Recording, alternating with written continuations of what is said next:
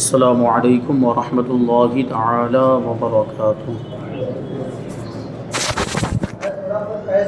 نحمده ونصلي ونسلم على رسوله الكريم اما بعد فاعوذ باللہ من الشیطان الرجیم بسم اللہ الرحمن الرحیم ان اللہ وملائکته یصلون علی النبی یا ایہا الذین آمنوا صلوا علیہ وسلموا تسلیما اللہم صلی علی سیدنا ومولانا محمد معدن الجود والکرم وآلہ الکرام وابنہ الکریم وبارک وسلم صلاۃ و سلاما علیک یا رسول اللہ صلی اللہ تعالی علیہ وسلم۔ حضور پاک صلی اللہ علیہ وسلم کے معجزات کا بیان جاری ہے۔ اس سے پہلے والے درس میں آپ نے قرآن پاک کی معجزانہ شان کو سماعت کیا۔ اب یہاں سے حضور پاک صلی اللہ علیہ وسلم کے ایک عظیم الشان معجزے علم غیب کا بیان کرتے ہیں۔ فرماتے ہیں کہ حضور پاک صلی اللہ علیہ وسلم کے معجزات میں سے آپ کا علم غیب بھی ہے۔ سب سے پہلے تو جانیں کہ علم غیب کا مطلب کیا ہوتا ہے۔ علم مانے جاننا اور غیب مانے چھپی ہوئی چیز۔ علم غیب یعنی چھپی ہوئی چیزوں کو جاننا، اور جو چیزیں نگاہوں کے سامنے نہ ہوں وہ بھی غیب ہیں، اور جو چیزیں ابھی وجود میں نہیں آئی، جو آئندہ زمانے میں، مستقبل میں، فیوچر میں وجود میں آئے گی، یعنی فیوچر میں ہونے والے واقعات، اس کا بھی علم اگر ہو تو اس کو علم غیب کہا جائے گا۔ اور حضور پاک صلی اللہ علیہ وسلم کو یہ سارے غیوب کا علم اللہ تبارک و تعالیٰ نے عطا فرمایا، یعنی حضور ان چیزوں کو بھی جانتے ہیں جو نگاہوں سے پوشیدہ ہیں، اور حضور آئندہ زمانے میں ہونے والے واقعات کو بھی جانتے ہیں۔ اس بات پر تمام امت کا اتفاق ہے کہ علم غیب ذاتی تو خدا کے سوا کسی اور کو نہیں، یعنی ذاتی طور پر علم غیب یہ صرف اللہ تبارک و تعالیٰ کا خاصہ ہے۔ ذاتی طور پر علم غیب کا مطلب ہی یہ ہوتا ہے کہ وہ خود سے حاصل ہو، کسی اور کا دیا ہوا نہ ہو۔ تو ظاہر سی بات، اللہ تبارک و تعالیٰ کا علم کسی اور کا دیا ہوا نہیں ہے، وہ اس کا خود کا ہے، یعنی ذاتی ہے، اس کو خود حاصل ہے، بلکہ اللہ تبارک و تعالیٰ دوسروں کو علم عطا فرماتا ہے۔ اور یہی تو ہمارا عقیدہ کہ حضور پاک صلی اللہ علیہ وسلم کو جو علم غیب حاصل ہے وہ اللہ تبارک و تعالیٰ کا دیا ہوا ہے، اللہ تبارک و تعالیٰ کا عطا کیا ہوا ہے۔ اور عطائی علم غیب یہ مخلوق کا خاصہ ہے۔ عطائی علم غیب یہ اللہ کے لیے نہیں ہو سکتا، اللہ کے لیے محال ہے، ناممکن۔ اور ذاتی علم غیب یہ مخلوق کے لیے نہیں ہو سکتا۔ تو یہی پر فرق ہو جاتا ہے اور بات واضح ہو جاتی ہے کہ حضور پاک صلی اللہ علیہ وسلم کا جو علم ہے وہ عطائی ہے، اور اللہ تبارک و تعالیٰ کا جو علم ہے وہ ذاتی ہے۔ تو مخلوق اور خالق میں یہ بہت بڑا فرق ہے، بہت واضح فرق ہے۔ تو اس کے باوجود ہم پر یہ الزام لگانا کہ معاذ اللہ حضور صلی اللہ علیہ وسلم کو اللہ تبارک و تعالیٰ کے برابر کر دیا، یعنی اللہ عالم الغیب ہے اور نبی کے لیے بھی علم غیب مانتے ہیں، تو معاذ اللہ نبی یہ اللہ کے برابر ہو گئے، یہ کیسے ہو سکتا ہے؟ جبکہ ہمارا بنیادی عقیدہ یہ ہے کہ نبی کے لیے ہم علم غیب مانتے ہیں، لیکن کون سا علم غیب عطائی، اللہ تعالیٰ کا دیا ہوا علم غیب۔ تو اس میں کون سا شرک ہے؟ اللہ خود اپنے حبیب کو علم غیب عطا کر رہا ہے، تو تم کو کیا جلن ہو رہی؟ اللہ تبارک و تعالیٰ نے خود اپنے نبی کو علم عطا کیا ہے، تو ان کے پیٹ میں دکھتا ہے۔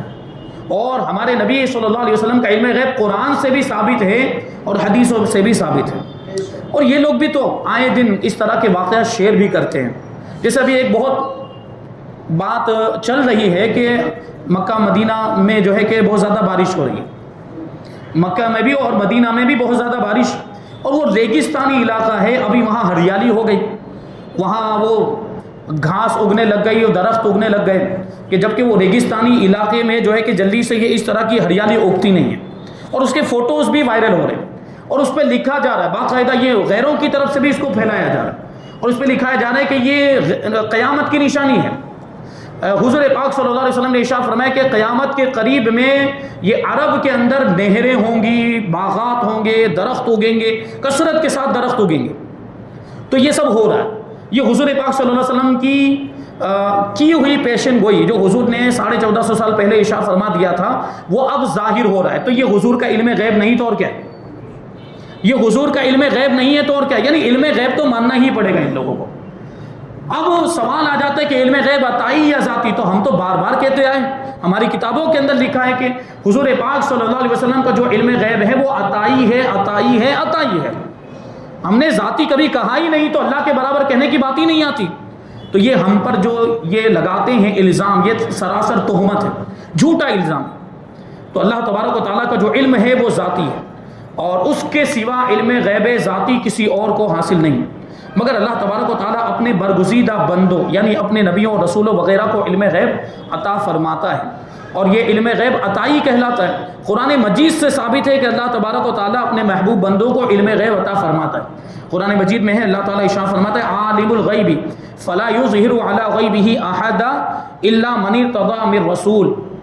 اللہ عالم الغیب ہے، غیب کا جاننے والا ہے، وہ اپنے غیب پر کسی کو مطلع نہیں کرتا، یعنی چھپی ہوئی چیزوں پر اللہ تبارک و تعالیٰ کسی کو اطلاع نہیں دیتا سوائے اپنے پسندیدہ رسولوں کے۔ مطلب کیا ہوا کہ اپنے پسندیدہ رسولوں کو علم غیب عطا فرماتا ہے، تو آیت کریمہ سے ثابت ہو۔ اسی طرح قرآن مجید میں دوسری جگہ پہ اللہ تبارک و تعالیٰ نے ارشاد فرمایا کہ ما کان اللہ لیطلعکم علی الغیب ولکن اللہ یجتبی من رسلہ من یشاء۔ اللہ کی یہ شان نہیں کہ اے عام لوگوں تمہیں غیب کا علم دے دے، ہاں اللہ چن لیتا ہے اپنے رسولوں میں سے جسے چاہے، یعنی علم غیب عطا فرمانے کے لیے اپنے رسولوں میں سے جسے چاہے وہ چن لیتا ہے۔ اچھا، ایک سوال یہاں پہ اور آ جاتا ہے کہ چلو یہاں پر اس آیت کریمہ سے رسولوں کا علم غیب ثابت ہوتا ہے کہ اللہ تعالیٰ اپنے رسولوں کو، اپنے نبیوں کو علم غیب عطا فرماتا ہے، حالانکہ ہم تو ولیوں کے لیے بھی علم غیب مانتے کہ نہیں، کہ اللہ تبارک و تعالیٰ ولیوں کو بھی علم غیب عطا فرماتا ہے، اس کی اور دوسری بہت ساری دلیلیں۔ لیکن اگر کوئی یہ اس آیت کریمہ کو دلیل بنا کر یہ کہے کہ یہاں تو صرف رسولوں اور نبیوں کے لیے علم غیب ثابت ہو رہا ہے، تم ولیوں کے لیے کہاں سے ثابت کرتے ہو؟ تو اس کا جواب ہمارے پاس بالکل واضح ہے کہ اولیاء کرام کو جتنی بھی کرامتیں، جتنے بھی کمالات اور جتنی بھی خوبیاں ملتی ہیں وہ کس کے واسطے سے ملتی ہے؟ نبی کے واسطے سے۔ حضور پاک صلی اللہ علیہ وسلم کے واسطے اور وسیلے سے انبیاء کرام کی جتنی بھی کرامتیں یا ان کے جو بھی کمالات وہ حضور کے صدقے میں اولیاء کرام کی جو بھی کرامتیں اور ان کے جو بھی کمالات ہیں وہ ان کو حضور کے واسطے اور وسیلے سے ملتے، تو ان کو بھی جو علم غیب ملتا ہے ولیوں کو وہ ہمارے آقا کے صدقے میں ملتا ہے، یعنی اللہ تبارک و تعالیٰ علم غیب نبی پاک صلی اللہ علیہ وسلم کو عطا فرماتا ہے، پھر حضور پاک صلی اللہ علیہ وسلم کے دربار سے یہ ولیوں کو ملتا ہے، کیونکہ حضور نے خود ارشاد فرمایا کہ واللہ یعطی وانما انا قاسم، کہ میں تو قاسم ہوں، میں تقسیم کرنے والا ہوں، وانما انا قاسم واللہ یعطی، اللہ عطا فرماتا ہے اور میں لوگوں میں تقسیم کرتا ہوں۔ تو وہ ساری چیزیں آ گئی، مطلق فرمایا، یعنی رزق کی بات ہو یا دنیا کی نعمتوں کی بات ہو یا علم غیب ہو، اللہ تبارک و تعالیٰ پہلے اپنے نبی کو عطا فرماتا ہے، پھر حضور پاک صلی اللہ علیہ وسلم اولیاء کرام، امت کے اولیاء کرام میں وہ تقسیم فرماتے ہیں۔ حضور کے واسطے اور وسیلے سے اولیاء کرام کو بھی علم غیب ملتا ہے، یہ ہمارا عقیدہ ہے۔ چنانچہ اللہ تعالیٰ نے اپنے حبیب صلی اللہ علیہ وسلم کو بے شمار غیوب کا علم عطا فرمایا، اور آپ نے ہزاروں غیب کی خبریں اپنی امت کو دی ہیں، جن میں سے کچھ کا تذکرہ تو قرآن مجید میں ہے، اور باقی ہزاروں غیوب کی خبروں کا ذکر احادیث کی کتابوں میں اور سیر و تواریخ کے دفتروں میں مذکور ہے۔ اللہ تعالیٰ نے قرآن مجید میں ارشاد فرمایا کہ تلک من انباء الغیب نوحیہا الیک، کہ یہ غیب کی خبریں ہیں جن کو ہم آپ کی طرف وحی کرتے ہیں۔ ابھی جو قیامت کی بات آئی وہ قیامت کی نشانیوں کی بات ہے۔ قیامت کی نشانیاں یہ حدیث کی کتابوں کے اندر موجود، بخاری شریف کے اندر بھی موجود ہیں، مسلم شریف صحاح ستہ کے اندر یہ قیامت کی نشانیاں بیان کی گئی ہے۔ اور قیامت ابھی ہو گئی کہ ہونے والی ہے، قیامت ہونے والی ہے، یعنی یہ مستقبل کا واقعہ ہے، تو یہ بھی ایک غیب ہے، یعنی چھپی ہوئی چیز ہے، یہ مستقبل میں ہونے والا واقعہ ہماری نگاہوں کے سامنے نہیں۔ اب اللہ کے رسول صلی اللہ علیہ وسلم نے قیامت کی نشانیاں بتائی۔ کسی چیز کی نشانیاں کون بتا سکتا ہے جس کو اس چیز کے بارے میں پوری معلومات ہو، جس کو اس چیز کے بارے میں پوری معلومات ہو۔ ابھی آپ اسٹیشن، آپ سے کوئی اسٹیشن کے بارے میں پوچھ رہے سورج کا اسٹیشن کہاں ہے، آپ گئے ہوں گے، آپ کو معلوم ہوگا تو بتا پائیں گے یہاں سے ایسے ایسے چلے جانا، یہ نشانی، یہ علامت، یہ آئے تو ایسے موڑنا، یہ چوراہا آئے تو ایسے پلٹ جانا وغیرہ۔ کیوں؟ کیونکہ ہمیں معلوم ہے کہ اسٹیشن کہاں ہے تو ہم بتا سکتے ہیں۔ تو حضور پاک صلی اللہ علیہ وسلم نے قیامت کی نشانیاں بتائیں، اس کا مطلب یہ کہ حضور پاک صلی اللہ علیہ وسلم کو قیامت کا علم بھی ہے اور وہ اللہ تبارک و تعالیٰ نے عطا فرمایا۔ وہ قیامت کی نشانیاں بتانا بھی، یہ خود بھی یہ علم غیب ہی ہے، اور جیسا جیسا حضور پاک صلی اللہ علیہ وسلم نے ارشاد فرمایا ویسا ویسا آج ہو رہا ہے، ہم دیکھ رہے ہیں۔ علم اٹھ جائے گا، جہالت عام ہو جائے گی، زنا عام ہو جائے گا، اور بے حیائی عام ہو جائے گی، خوب کثرت کے ساتھ شراب پی جائے گی، اور بھی بہت ساری چیزیں، مردوں کی تعداد کم ہو جائے گی، عورتوں کی تعداد بڑھ جائے گی۔ اور ابھی یہ جو نشانی بیان کی کہ عرب میں باغات ہو جائیں گے، نہریں بن جائیں گی، یہ سب ہوگا، یہ قیامت کی نشانیاں ابھی جو ظاہر ہو رہی ہیں۔ اور یہ سب چھوٹی چھوٹی جتنی بھی نشانیاں حضور نے بیان کی وہ تو تقریباً سب ظاہر ہو چکی ہیں، بڑی بڑی نشانیاں ابھی باقی۔ ایک اہم نشانی مجھے ابھی ذہن میں آ رہی، اللہ کے رسول نے ارشاد فرمایا کہ ننگے پاؤں ننگے بدن بکریاں چرانے والے بڑی بڑی عمارتوں میں اترائیں گے۔ یہ میں پہلے بھی عرض کر چکا ہوں کہ ننگے پاؤں ننگے بدن، یعنی ان کے پاس پہننے کے لیے چپل نہیں ہوگی، اور ننگے بدن جسم پر پہننے کے لیے کپڑا لباس نہیں ہوگا، اور وہ چرواہے ہوں گے، یعنی انتہائی ذلیل قوم سے تعلق رکھنے والے ہوں گے۔ وہ بھی کیا کریں گے؟ وہ بڑی بڑی عمارتوں کے اندر اترائیں گے۔ اب سوچیں آپ، یہ جو نجدی حکومت ہے نا، سعودی حکومت، ان کی آپ تاریخ اٹھا کر دیکھیں، ان کا اتہاس اٹھا کر دیکھیں، یہ چرواہے تھے، سب یہ چرواہے تھے، بکریاں چراتے تھے، جانور چراتے تھے، جنگلوں میں لے کر جاتے، میدانوں میں، ریگستان، اور وہاں یہ بکریاں چراتے تھے۔ اور ان کی اس وقت یہ کیفیت تھی، اتنے غریب تھے یہ لوگ، اتنے پھٹیچر تھے کہ ان کے پاس پہننے کے لیے پاؤں میں چپل نہیں تھی اور جسم پر پہننے کے لیے لباس نہیں تھا۔ اور یہ ابھی جو یہ ان کا جو سمبول ہے نا، یہ جو بن گیا ہے ان کی علامت، یہ رومال ڈالتے ہیں سر کے اوپر اور یہ رنگ پہنتے ہیں۔ یہ ہم سنیوں کو نہیں پہننا چاہیے، بہت سے لوگ ہمارے سنی بھائی وہ بے خبری میں وہ بھی پہننے لگ جاتے ہیں، رومال ڈال کر وہ رنگ پہن کے گھوم رہے ہیں۔ بھائی ہم کو ان کے طریقے کو اپنانے کی کیا ضرورت؟ ہمارے لیے تو ہمارے نبی کا طریقہ ہی کافی ہے، ہم امامہ کیوں نہ پہنیں؟ کیونکہ ہمارے نبی کی سنت تو امامہ، یہ رومال پہننا نہیں ہے ہمارے نبی کی سنت۔ تو اس کی حقیقت بتاؤں میں آپ کو، یہ رومال ڈالتے ہیں اور یہ جو رنگ پہنتے ہیں، یہ اس زمانے میں جب یہ لوگ انتہائی غریب اور انتہائی ذلیل قوم مانے جاتے تھے، اس وقت ان کے معاملات یہ تھے کہ یہ بکریاں چرانے کے لیے، جانور چرانے کے لیے جاتے تھے۔ تو اب ظاہر سی بات، عرب تو بہت گرم ملک ہیں، تو یہ رومال سر پہ ڈالتے تھے دھوپ سے بچنے کے لیے، اور پھر یہ جانوروں کو لے کر جاتے تو ظاہر سی بات جانور کو رسی سے باندھا جاتا ہے، تو وہ رسی کھول کر جانور کو چھوڑ دیتے تھے۔ اب وہ جو رسی تھی اس کو کیا کرتے تھے؟ وہ رنگ بناتے تھے، اور وہی رومال جو سر پہ انہوں نے رکھا ہوتا وہ رومال ہوا سے اڑ نہ جائے، اس لیے وہ رسی کو رنگ بنا کے وہ رومال پر پہن لیتے تھے۔ یہی طریقہ آگے چل کر ان کا سمبول بن گیا ہے، یہ سعودی اور نجدی حکومت کے معاملات۔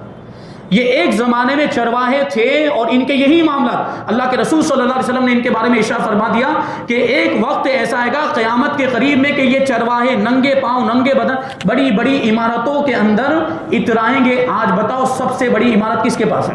برج خلیفہ، یہی نجدیوں کے پاس ہے۔ دبئی میں کس کی حکومت ہے؟ یہ سعودی حکومت ہے۔ اور آج بڑی بڑی عمارتوں کے اندر وہ مقابلہ چل رہا ہے، یہ اس نے بڑی عمارت بنائی تو اب یہ جیسے ابھی ابھی مکہ مکرمہ کے اندر بھی، جدہ میں بھی ابھی کوئی بہت بڑی عمارت بننے والی ہے، اور مکہ مکرمہ کے اندر جو مسجد حرام کے قریب میں جو ٹاور بنایا، دنیا کا سب سے بڑا کلاک ٹاور ہے، یہ بڑی بڑی عمارتوں میں اترا رہے ہیں۔ یہ اللہ کے رسول صلی اللہ علیہ وسلم نے آج سے 1450 سال پہلے ارشاد فرما دیا تھا، یہ علم غیب نہیں ہے تو اور کیا؟ اور وہی حضور کے علم غیب کا انکار کر رہے ہیں جن کے بارے میں حضور نے ارشاد فرمایا تھا۔ تو حدیث کی کتابوں کے اندر بھی موجود ہے، قرآن مجید کے اندر بھی ہے، فرمایا کہ یہ غیب کی خبریں ہیں جن کو ہم آپ کی طرف وحی کرتے ہیں۔ تو ہم یہاں ان بے شمار غیب کی خبروں میں سے مثال کے طور پر چند کا ذکر کرتے ہیں۔ پہلے ان چند غیب کی خبروں کا تذکرہ ملاحظہ فرمائیں جن کا ذکر قرآن مجید کے اندر ہے۔ ہجری 614 میں روم اور فارس کے دونوں بادشاہوں میں ایک جنگ عظیم شروع ہو گئی، فارس جس کو بھی ایران کہا جاتا ہے۔ تو ان دونوں ملک کے جو بادشاہ اس زمانے میں یہ دونوں سپر پاور مانے جاتے تھے، تو دونوں میں جنگ ہو گئی، بہت بڑی جنگ۔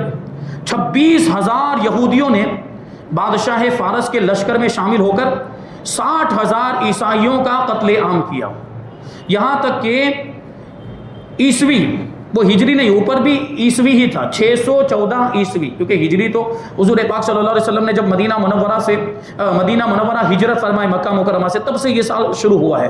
وہ عیسوی ہے، وہ غلط لکھ دیا گیا ہے، وہ ہجری کا نشان لکھ دیا ہے کتاب کے اندر بھی، تو وہ عیسوی ہے۔ 614 عیسوی میں یہ جنگ شروع ہوئی، اور 616 عیسوی میں بادشاہ فارس کی فتح ہو گئی، فارس کا بادشاہ جیت گیا، اور بادشاہ روم کا لشکر بالکل ہی مغلوب ہو گیا، یعنی بالکل ہار گئے، اور بالکل بری حالت۔ رومی سلطنت کے پرزے اڑ گئے، نام و نشان ختم ہو گیا.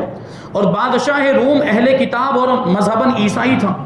اہل کتاب مطلب وہ انجیل کے ماننے والے، آسمانی کتاب کے ماننے والوں کو اہل کتاب کہا جاتا ہے اور کتابی کہا جاتا ہے. تو وہ انجیل کے ماننے والے، اگرچہ پورے طور پر اس کا عمل نہیں، لیکن اپنے آپ کو وہ کتابی مانتے تھے. اور عیسائی حضرت عیسیٰ علیہ السلام کو ماننے کا بھی دعویٰ کرتے ہیں. تو وہ روم کا جو بادشاہ تھا وہ اہل کتاب تھا اور مذہباً عیسائی تھا، اور اس کے ماننے والے بھی، اس کے لشکری بھی، سب ان کا بھی یہی معاملہ. اور بادشاہ فارس یہ مجوسی مذہب کا پابند اور آتش پرست تھا. جو مجوسی تھے یعنی جو آگ کی پوجا کرنے والے، ان کے لیے کوئی کتاب نہیں، اور وہ کوئی آسمانی مذہب کے ماننے والے نہیں یا کسی نبی کے پیروکار نہیں. تو یہ تھے مشرک. اب ادھر غور کریں تو مکہ مکرمہ کے اندر ایک طرف مکہ کے مشرکین جو شرک کرتے تھے، بتوں کی پوجا کرتے تھے، اور وہ بھی کسی آسمانی مذہب کو فالو نہیں کرتے تھے، یعنی وہ بھی اہل کتاب میں سے نہیں، ان کے لیے بھی کوئی کتاب نہیں. اور ان کے مقابلے میں مسلمان، تو مسلمان توحید پرست، اللہ تبارک و تعالیٰ کو ایک ماننے والے، اور مسلمان بھی اہل کتاب میں سے اس اعتبار سے کہ مسلمان بھی آسمانی مذہب کو فالو کرنے والے، اور ان کو بھی اللہ تبارک و تعالیٰ نے کتاب عطا فرمائی، وہ ہے قرآن مجید. تو اس اعتبار سے دیکھیں تو رومی اہل کتاب اور مسلمان بھی اہل کتاب ہوا ہے. اور مجوسی آتش پرست یعنی مشرک، تو مشرکین مکہ بھی مشرک، تو وہ اپنے یعنی مشرکین مکہ یہ مجوسیوں کو، اہل فارس کو اپنا بھائی سمجھتے تھے، مشرک ہونے کے اعتبار سے، اور رومیوں کو مسلمانوں کا بھائی کہتے تھے کیونکہ وہ بھی اہل کتاب اور مسلمان بھی اہل کتاب. تو کیا ہوا؟ فرماتے ہیں کہ جب بادشاہ روم کی شکست ہو گئی تو مسلمانوں کو تکلیف ہوئی. مسلمانوں کو اس وجہ سے تکلیف ہوئی، رومیوں سے یوں محبت نہیں تھی لیکن وہ اہل کتاب تھے اور مشرکین کے مقابلے میں ہار گئے تھے، اس لیے تکلیف ہوئی.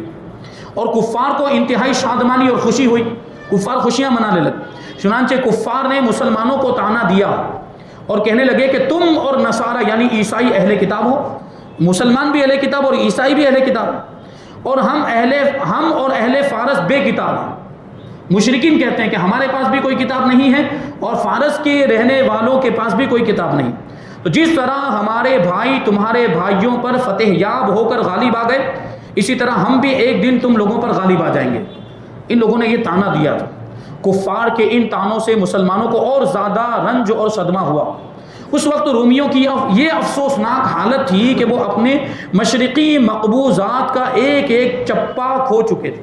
یعنی روم کے مشرقی یعنی پورب والے علاقے میں ان کی جتنی بھی مطلب جگہیں تھی، ان کے مقبوضات، شہر اور گاؤں وغیرہ، ان سب پر یہ فارس والوں نے، ایران والوں نے قبضہ کر لیا اور خزانہ خالی ہو گیا. فوج منتشر ہو گئی تھی کیونکہ اتنی بڑی شکست اور اتنی بڑی ہار، تو ان کو اتنا زیادہ نقصان کہ فوج کو پالنے کے لیے بھی اب، اور فوج کی ضرورتوں کو پورا کرنے کے لیے بھی اب کچھ بچا نہیں تھا کہ تنخواہ کہاں سے دیتے، کیونکہ بادشاہ کو اپنی حکومت قائم کرنے کے لیے فوج رکھنی پڑتی ہے، اور اگر جنگ کے معاملات نہ بھی ہوں پھر بھی فوج کو تنخواہ دینی پڑتی ہے اور ان کو کھلانا پڑتا ہے، ان کی ضرورتوں کو پورا کرنا پڑتا. اب خزانہ ہی خالی ہو گیا تھا تو فوج کی ضرورتیں کیسے پوری ہوتی؟ تو فوج بھی منتشر ہو گئی، اس میں بہت سارے سپاہی چھوڑ کر چلے گئے. ملک میں بغاوتوں کا طوفان اٹھ رہا تھا. شہنشاہ روم بالکل نالائق تھا. ان حالات میں کوئی سوچ بھی نہیں سکتا تھا کہ بادشاہ روم بادشاہ فارس پر غالب ہو سکتا ہے. مگر ایسے وقت میں نبی صادق نے قرآن کی زبان سے کفار مکہ کو یہ پیشین گوئی سنائی: الف لام میم غلبت الروم فی ادنى الارض وهم من بعد غلبهم سيغلبون فی بضع سنین، کہ رومی مغلوب ہوئے یعنی فی الحال رومی ہار گئے پاس کی زمین میں، اور وہ اپنی مغلوبی کے بعد یعنی اپنی ہار کے بعد ان قریب غالب ہوں گے یعنی جیت جائیں گے. چند برسوں کے اندر ہی، چند سالوں کے اندر ہی، یعنی یہ قرآن مجید کے اندر ارشاد فرما دیا. آنے والے واقعے کی خبر دی جا رہی ہے قرآن مجید کے اندر. اور قرآن مجید کس نے پڑھ کے سنایا؟ حضور پاک صلی اللہ علیہ وسلم نے پڑھ کے سنائی. یہ آیتیں بھی حضور نے پڑھ کے سنائی. تو حضور کو پہلے اس کا علم حاصل ہوا کہ نہیں ہوا؟ یہ آنے والے زمانے میں جو واقعہ ہونے والا ہے اس کی خبر قرآن مجید کے اندر دی گئی، اور قرآن مجید کے ذریعے سب سے پہلے یہ خبر حضور کو عطا ہوئی. یہ حضور کا علم غیب ہے. تو اس میں یہ فرمایا گیا کہ رومی اگرچہ ابھی ہار گئے لیکن چند سالوں کے اندر رومی جیت جائیں گے. حالانکہ کتنی بری حالت ہو گئی ہے، خزانہ خالی ہو گیا، فوج منتشر ہو گئی، اور جو موجودہ بادشاہ وہ انتہائی نالائق کہ کسی طرح کسی کام کا نہیں ہے. اس کے باوجود فرمایا جا رہا ہے کہ ان قریب رومی یہ فارس والوں پر غالب آ جائیں گے. کیسے ہوگا؟ فرماتے چنانچہ ایسا ہی ہوا کہ صرف 9 سال کے بعد خاص صلح حدیبیہ کے دن بادشاہ روم کا لشکر اہل فارس پر غالب آ گیا، اور مخبر صادق کی یہ خبر غیب عالم وجود میں آ گئی کہ حضور پاک صلی اللہ علیہ وسلم نے قرآن کی زبانی جو بات اور جو خبر ان کو دی تھی کہ ان قریب یہ جو فارس کے لوگ ہیں یہ ہار جائیں گے اور روم کے لوگ ان پر غالب آ جائیں گے۔ تو ایسا ہی ہوا کہ 9 برس ہی گزرے تھے اس واقعے کو، اور 9 سال کے بعد خاص صلح حدیبیہ کا واقعہ بار بار بیان کیا گیا، یعنی حضور پاک صلی اللہ علیہ وسلم حدیبیہ کے میدان میں تھے، اس وقت ان کی جنگ ہوئی ہوگی، کیونکہ وہ علاقہ تو الگ ہے، روم کا علاقہ اور فارس کا علاقہ الگ، وہاں پر ان کی جنگ ہوئی اور روم کے لوگ یعنی عیسائی یہ فارس والوں پر غالب آ گئے۔